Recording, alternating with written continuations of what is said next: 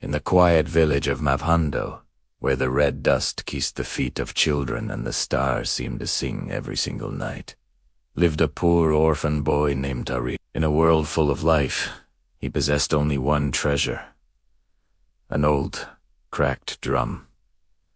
A precious gift from his late grandmother. Never beat this drum in anger, she had warned him, her voice gentle but firm. Beat it only when your heart is pure, for this drum, it speaks directly to heaven. Back then, Tariro didn't fully grasp her words. He just knew that holding the drum, feeling the worn leather beneath his palms, made him feel safe. It was his only connection to the love he had lost. Then came the year the rains refused to fall. It started slowly, a few dry days, turning into weeks, then months.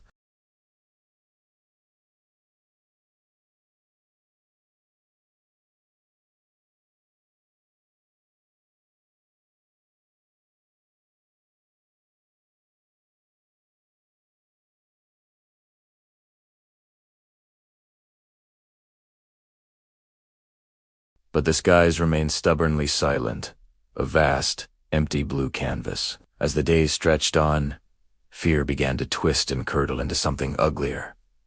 Blame. Whispers started like a dry wind rustling through dead leaves. There are witches walking among us, some said. Someone has cursed this land, and because Tariro was poor, because he was quiet, and because he was different, their pointing fingers found him. He was an easy target, a scapegoat for their collective fear. One hot afternoon, a mob of villagers, their faces hard and unforgiving, dragged him to the very edge of the village. They threw his drum at his feet. The village chief, his voice devoid of warmth, commanded, "Beat your useless drum and call the rain. Little witch, either you make it rain, or you leave this village forever and never return." With hands that trembled so much, he could barely hold the drumsticks, and a heart shattered into 1,000 pieces by their cruelty, Tariro lifted his grandmother's drum. He knew this was his last chance. He didn't beat the drum with power or with anger. It made a tiny resonant sound. Then another drop fell, and another.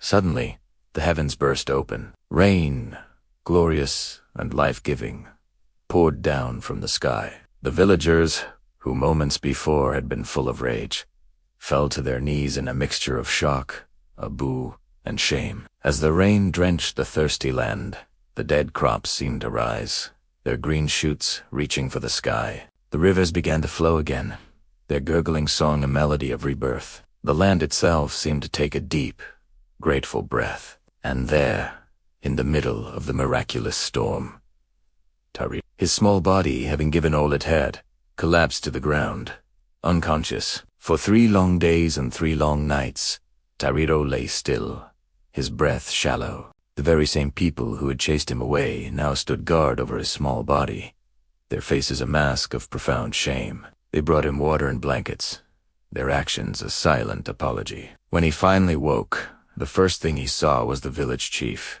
kneeling beside him. The chief, a proud man, lowered his head and spoke, his voice thick with emotion. "Forgive us, child," he said. "We looked at your poverty and saw only weakness. We looked at your quietness and called it a curse. Yet, it was your heart that heaven chose to listen to."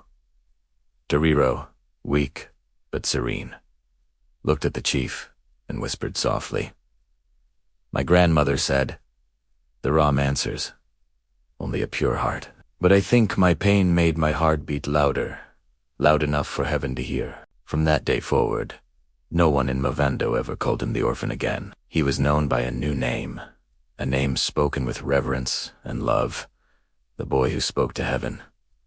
His drum, once a symbol of his poverty, became the village's most sacred treasure. And it was never, ever beaten in anger again. The story serves as a powerful reminder: never, ever look down on those who have less, because sometimes, hidden inside the most broken and forgotten places, are miracles just waiting for the right moment to speak. Thanks for watching. If this story touched your heart, please share it and subscribe for more.